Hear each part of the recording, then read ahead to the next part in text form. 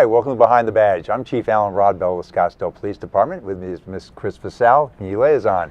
Hi, everybody. Happy New Year. Happy New Year. Yeah, can you believe it? 2018. We do this every year because it just seems to happen so quick. Yeah, I love on the Thursday before we leave, I always say, I'll see you next year. It's like my thing, but yeah, 2018 already. It was a fast year. It was a very successful year, a very safe year for our community. We had some great events, and we set some world records with some of our numbers. And, Yes. And so we're kind of excited about that. This year promises to be equally, if not bigger, a year for us here in the Valley, and we're pretty excited Especially with about all the freezing cold in the Northeast. Oh my goodness, can you watch that? It's crazy. They'll be all coming to Scottsdale. Oh, the so airport will be goodness. packed with jets. Yeah, we're enjoying 70s, and they showed pictures on news of the fountains. They're actually frozen over in the Niagara fountains. Falls is frozen. Unbelievable. It's crazy. Yeah, and many of us, and myself included, come from the Northeast and the Central North, and I will tell you that I don't miss that at all. I don't miss it either. You miss it. 2 hours, you go to Flag, you can kick your snow, get back in the car, and come down the Yes, hill exactly. again. Be back in the Valley for the sun. Yeah. So welcome, Happy New Year, everybody. We've got a couple things, just quick updates. I know we have very few seats left at the next Citizens Academy, and so as a result of that, anybody that might be interested needs to get their applications in very ASAP. quickly. Okay, and then anything else going on? No, not really. Just looking forward to the new year. Yeah, I think so. So we have 3 guests today. Yes, we have some good guests And today. we're going to talk a little bit about the events coming up in the Valley, things for the folks that live here on a regular basis should know about, and then things that and people that might be watching this that are actually visiting us might be want to aware of. Yes, and all the people that will be coming in. Yep, and people that want to attend the events, and those that Exactly. want to avoid the traffic at the events, certainly. Exactly. So why don't we introduce our guests and have them tell us a little bit about themselves. To my left is Commander Scioli, Bruce, and to his left is Lieutenant Rotifer, and then to Lieutenant's left is Sergeant Schaefer. And all 3 are very instrumental in putting on all the big events from January to March. This is a really busy time for the PD, and these are the gentlemen that really spearhead the whole thing and organize and coordinate it. It's interesting, while the rest of the country might be kind of hunkering down for the winter, that's when we come alive, and we actually have, we host, I think the last count I saw at one point was 9.1 million visitors into the Valley, and attend many of our events over the course of the 3 months of our season, and then some. I think it's getting a little bit more extended as time goes on, but lots of big things happening. Because then March comes baseball, so like it just like goes boom, boom, boom, and just, you know, until it's 193, and then nobody wants to go. Well, baseball's actually creeping in a little earlier this year. It's actually starting some of that later February, so I think we've actually got an early season there. Seriously. So let's talk a bit about our guests. And Bruce, welcome to our program. I think you've been on the program before as a commander. Yes, and you've kind of talked about your job, but jobs change. We rotate our command staff around quite a bit. In fact, they're due for rotation, I think, coming up in July of this year. Yes. But your present position, why don't you tell us a little bit about that? Yeah, I think I was actually the downtown commander the last time I was here. Okay. Now I'm a commander in the Special Operations Division. And just to back up, I have a little over 24 years on the police department here. I've been a commander for approximately 6 years. Special Operations Division is broken up into 3 categories, different sections. The training section, the patrol enforcement section, which has the bicycle officers, canines, mounted patrol on horses, and a few other units in there, including the school resource officers, and then also the traffic enforcement section.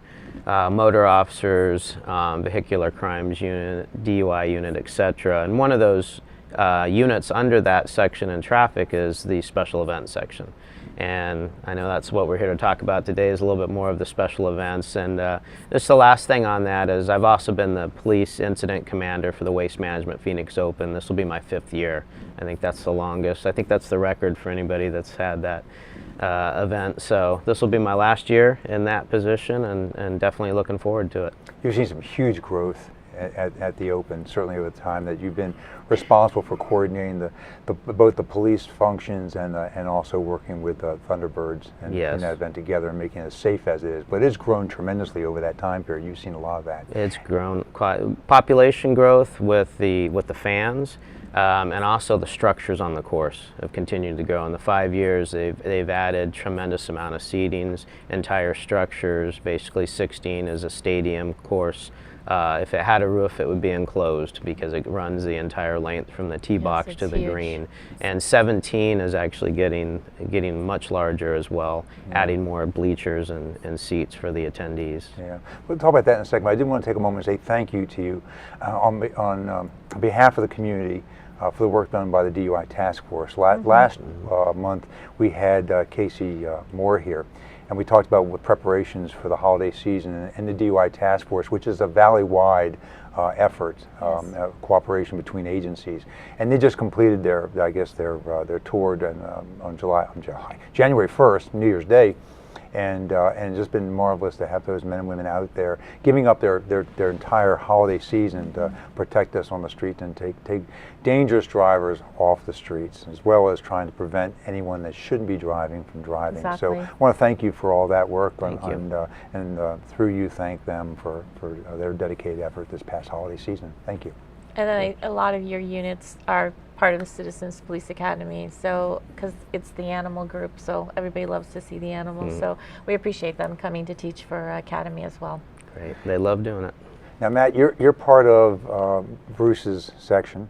That's correct. You have about half of the organization. So who do you manage? I've been a lieutenant here. Well, I've been a police officer here in the city of Scottsdale for 31 years, and I've been fortunate to end up as a lieutenant in charge of several specialty units for Commander Scioli. I do have the K9 unit. We've got 6 full-time K9s now, and 2 of them are EOD, which is explosive ordnance disposal. Those play a heavy role in a lot of our special events around the city. We have 10 school resource officers. Those are spread around throughout the city. I have a bike unit that's gone, we've actually increased that in size in the last couple of years from, I think we had 5 or 6 bikes a couple of years ago. We have a total of 12 now. They play, again, a very important role downtown and at the special events. And then I guess that's pretty much all my special units that I have. But again, it's been an interesting role to have. This is my last year of doing that as well. But I thoroughly enjoy this time of the year. This is actually my favorite time of the year. It's the busiest, but work closely with a lot of different folks in the police department. I think a lot of people share your feelings towards this time of year. We love to be busy, and we love, and it's a good kind of busy, because people are coming here, they're happy, they want to be here, and we just make sure it's a very, very safe environment. But I think a lot of us share the same feelings of this is really a great time for the city of Scottsdale, and to be a member of the PD. So thank you. Thank you, Chief.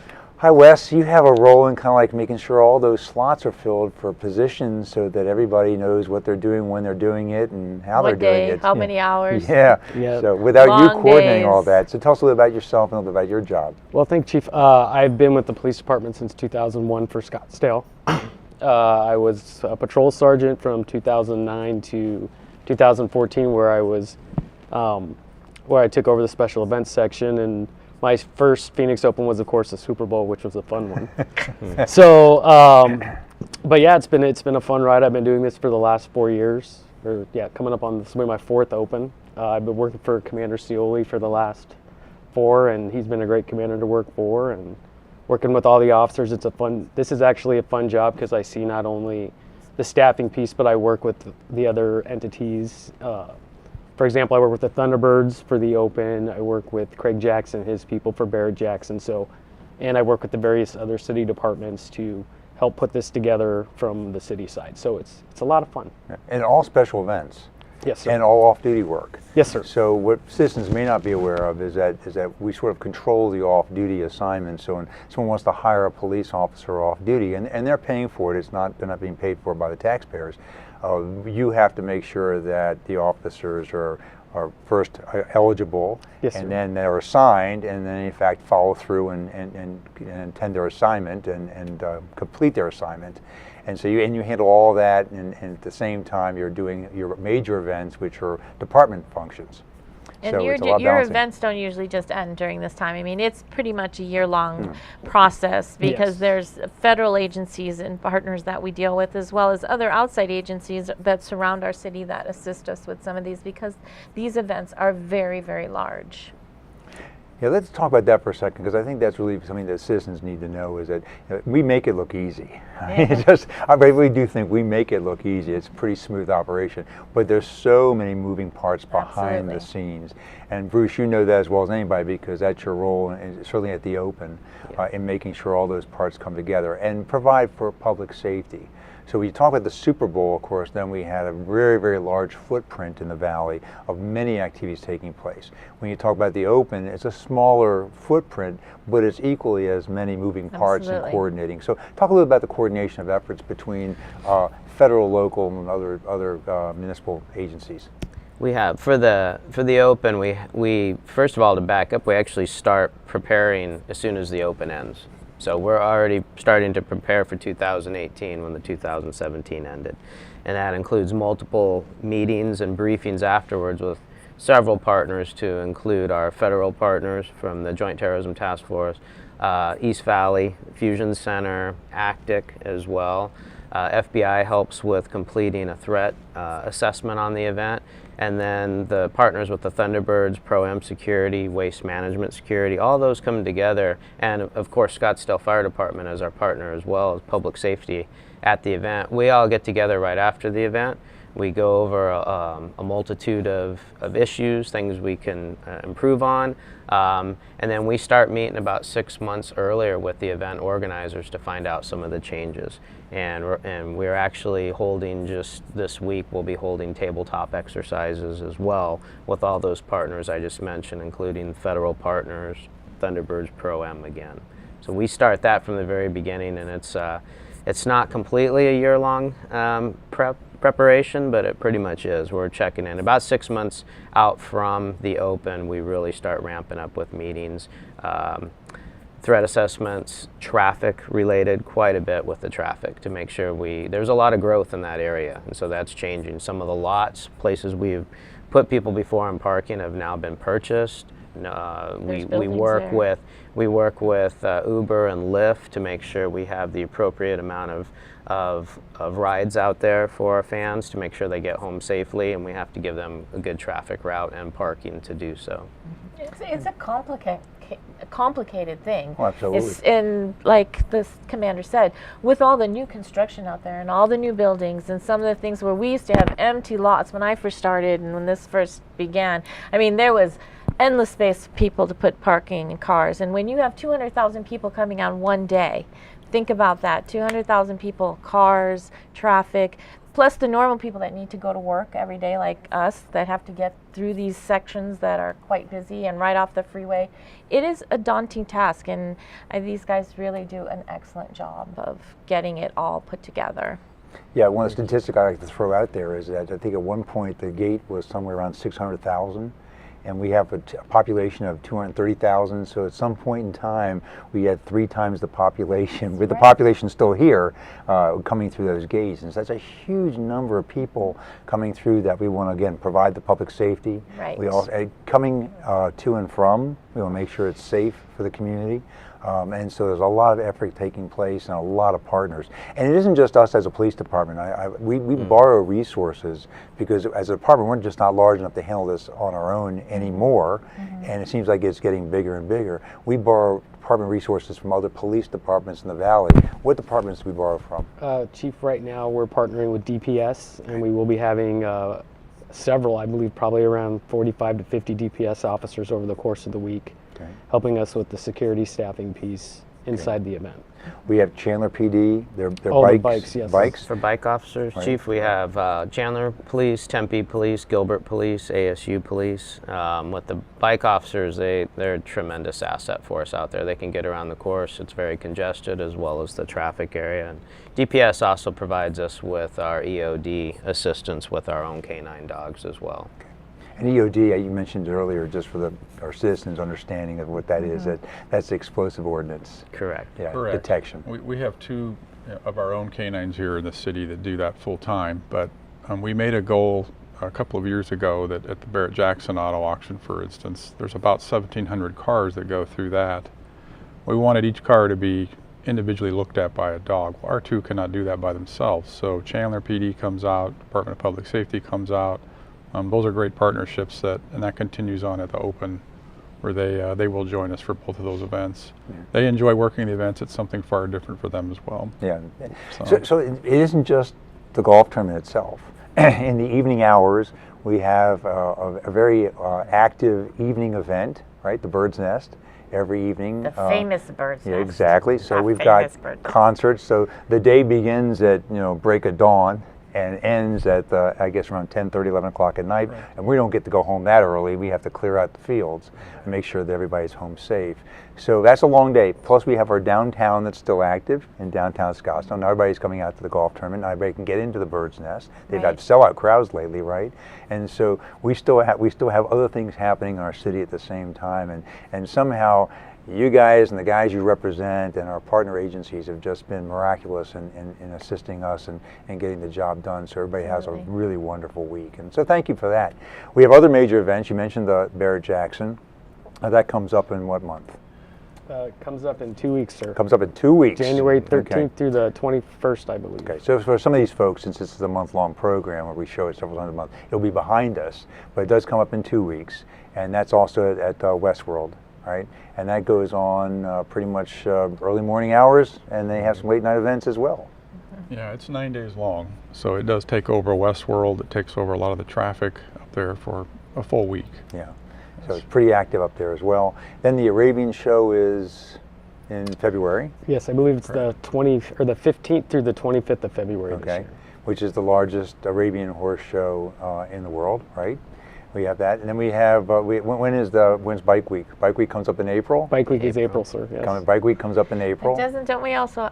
Isn't the car? There's a car show, right? It's some kind of not the Barrett-Jackson, but isn't there some kind of a? That was Russo Steel, but that's moved. No, not that one. The other one where they have the. We're not advertising where it's moved to. Where to move to? Yeah. You might be looking for it. Talking Stick. Talking Stick. Okay. Right. It'll still have impact on our traffic, however. It will definitely have impact on our traffic. Okay. You will see old cars coming up and down the freeway, and you're wondering what's going on. Just follow the old cars, and it'll take you to where you need to go. And Bike Week, we always have the concern there'll be a lot of extra traffic, a lot of motorcyclists out there. We want our citizens to be wary and aware and alert, and we'll talk about that, I guess, as we get towards the April months about activities in the city. But you're responsible for coordinating all of that. I think that's what really I'm trying to get the point of is. It gets pretty active right now, and you guys are pretty busy. We definitely are, sir. This is like the fun time of the year for me, though. And then it slows down from the events and everything after Bike Week, where we still have some off duty and we have smaller events. But when we talk about Bike Week, we're talking about motorcycles. Yes, we're talking about motorcycles. Yes. Okay. So yeah, for me though, this is my fun time. And of course, spring training is in there as well. Yes. Spring training is starting a little earlier this year. I think a little bit towards the end of February, as opposed to March 1st. Right. And we already did all the teams that come through the city. Is that already done? For the schedule? Yes. Yeah. What you guys do with all the teams come in for the big bowls. That was another big thing on top of the DUI unit that they've done is our motor officers safely escorted 3 different teams throughout the valley for the Cactus Bowl and Fiesta Bowl as well. The Fiesta Bowl, it was very busy this past week and a half that the teams were here. So what can we tell citizens in terms of traffic? Because many of us have to go from the southern part of the city up through past Westworld and past the Open. And so what recommendations do we make other than patience, understanding, appreciate the fact that this is our season. These folks do bring resources and support to the valley, to the city. And so a little bit of patience and starting a little earlier to leave to get where you have to be there on time and just sort of expect it. But we do try to route traffic around the Open a little differently at this time of year. Yeah, as far as the Open, these gentlemen can talk about Barrett-Jackson specifically for parking and traffic, but the biggest tip that I could tell anybody is follow the signage, is to definitely leave a little bit earlier. It is going to be more congested on a Friday and Saturday around the footprint of the Open, around Frank Lloyd Wright, up on the 101 in certain areas, but the City of Scottsdale Transportation Department, along with the state and all the other providers that we have for barricades, traffic routing, etc., do a phenomenal job. So there's not a lot of parking on site at the Open because there's very limited resources. But program runs buses, shuttles nonstop. And if you're following the 101, it gives you the exact lots where to go. The parking passes that you have to go to the Open are indicated on there, which lot to park in. And those buses are moving nonstop. It's a 5 to 10 minute, maybe 15-minute wait, even up on the busiest days, and I'll show you where to park at Westworld and other areas around there. So the best tips I can tell you is off of Frank Lloyd Wright and 101 is there signage all the way around there, and it's way in advance that gives you the warning of where to go, which traffic lane to be in, and once you're in that lot, it moves very quickly. At the Barrett-Jackson? Barrett-Jackson is well signed as well. When you get off at Frank Lloyd Wright and you head north on the Pima Access Road, it'll tell you to go up to Bell Road. There's a lot of parking lots up there off of, 94th Street is the best place for the shuttles to get you into Barrett-Jackson. I think people need to be aware too, there are some security requirements. You know, you can bring stuff into the events, but you're going to get wanded, and there's a security checkpoint as there is all the time at all these events. So if people just follow those rules, you know, they can bring in clothes, bottles of water, etc. That will also make them have a little quicker time, I think, getting into an event. That's good advice. Good advice. And then the other events are just pretty much the kinds of traffic you would anticipate on a busy weekend? Yes, sir. The big one thing, other than for us, would be the giant spring training, but then that's pretty much for the access for the stadium. It's Drinkwater and Osborne, and those are open. And that's changed a little bit. There's some new construction down there, right? So there'll be some new changes, I guess, in terms of some of the available parking. For the parking, yes, sir. Okay. But we, of course, have the parking garage right by the library down here off of 75th and Indian School. There's some other overflow lots. The best recommendation I have for you, if you guys also go onto the websites for the various ones, they'll tell you where parking is and the best way to come in and answer any of your other questions, security related, like what can I bring in, what can I bring in. The websites will cover all that. Okay. You know, I know this isn't necessarily your responsibilities, but citizens are probably beginning to see a lot of the yellow and green bicycles. What is that all about? I don't know how it works. Yeah, and I suspect it might have some impact on my this gosh, issue. it So, will. what can you tell us about that? Anybody familiar with that in terms of like their availability to get people around downtown? They are. There's several different companies that kind of got into this business, and I'm not completely familiar with all of them, but you know, you download an app on your phone, you can pick up one of these bikes just about anywhere.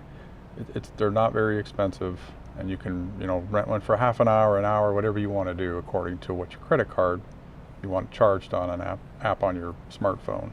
When you get done with it, people are just, they leave them wherever.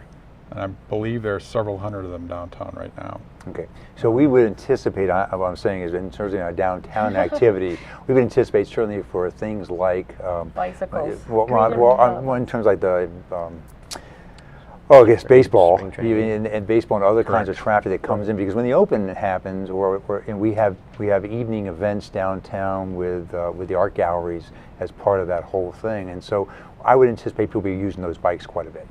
And so we would just put the plea out that people, when they are done with them, make sure they're off the sidewalks so people could still get by, not dump them in the street, you know, kind of be courteous to the next person who might want to come by and rent the vehicle. But you're going to see a lot more of that traffic, I suspect. I know that we sort of control a little bit of the rental bike traffic during the baseball in terms of where they can be, in terms of like where they can have access to and come into the stadium. I write an order every year about that says, hey, they're only allowed on these streets, but that won't cover these bikes. So we want people to be aware of the fact that, one, there'll be a lot more bicyclists out there, I suspect, coming to the stadium. Two, they need to be careful as they're driving. But for us, they need to be a little bit more, and just be courteous with where they place those bikes when they're done with them. Because you don't want to cause an accident or somebody else to get hurt if you leave a bike there and gets hit by a car. I mean, it just can be a chain of reaction. So just be you're right, courteous. It's a new dynamic for us this year, and we'll have to contend with it. So any other tidbits or any other little knowledge we should provide folks? I suspect we'll have our Know Your Limits folks out at the Open. Yes. And people should take advantage of that. Know Your Limits is something that we created here in Scottsdale that really has taken off all over the country, but it's where we approach people who have had a good time and ask them, if they plan on driving home, and oftentimes they plan on walking right to their car and driving home. We ask them if they think that they should be behind the wheel of a car. Oftentimes they do believe they should be and they're okay. And then we offer them an opportunity to take a breath test just to find out what their limit's at or where they're at. And then based upon the results, we let them know that maybe they shouldn't be driving home, should find another way home, an alternative way, use a designated driver, call a cab, whatever. Take one of these yellow or green bikes if they're available. Whatever way you get home safely. But the point is that it's a conversation between us and them. Right. It's not we're not arresting anybody. It's not enforcement. It's informative and trying to prevent people from getting behind the wheel of a car. Mm-hmm. We are not interested in using up all of our resources and making arrests. We're much more interested in keeping people from getting behind the wheel of the car and keeping people safe. And I suspect they'll be out in full force at these events. They will, Chief. They'll be out in full force with the Know Your Limits as well as a DUI task force. Okay. In last year's event, we actually had 10,000 participants go through the Know Your Limits, which is the largest ever that any event's ever had. And just on that, real quick, is the security there and just the fan behavior. Real quick, at the Waste Management Open, it's about 70,000 people at the U.S. Open, which is the second largest event on the busiest day. So we'll have over 210,000 on our busiest day. Yeah. So we try to have we maintain peace and order, let the fans enjoy themselves there. We also, the other partner we do have on is the Arizona Department, the State Department of Liquor, that helps us out at both the Open as well as the Bird's Nest event too. So yeah. we just caution people to, again, go through the Know Your Limit. You can see where you're at and arrange for designated driver or Uber, Lyft. There's multiple alternative carpools, vehicles to get you home safely. It's not worth a DUI, and it's not worth getting arrested over or paying tons of money and ruining the rest of your life, losing your license. It's not worth it. It just amazes me that we can touch 10,000 people in a positive way to prevent people from making a bad decision. We can only arrest so many people, and our resources are pretty much tied up. It's a much smarter way to deal with this, and we want people to come out. When people come out, enjoy themselves, have a great time, but just go home safely, and make sure everybody else on the road is safe as well. Guys, thanks so much for all that you do. I know that probably you're going to run right out of here and get started immediately. Start checklists. But I will tell you, from all of us in the city and the community, these events only work as well as they work and as safe as they are because the hard work of you guys and the people behind you that come together on a regular basis to make sure this is well planned, well thought out, and all the issues are addressed, and we're kept informed during the course of the event. So thank you guys for all that you do, and thanks for being our guests. Thank you. All right, another month down.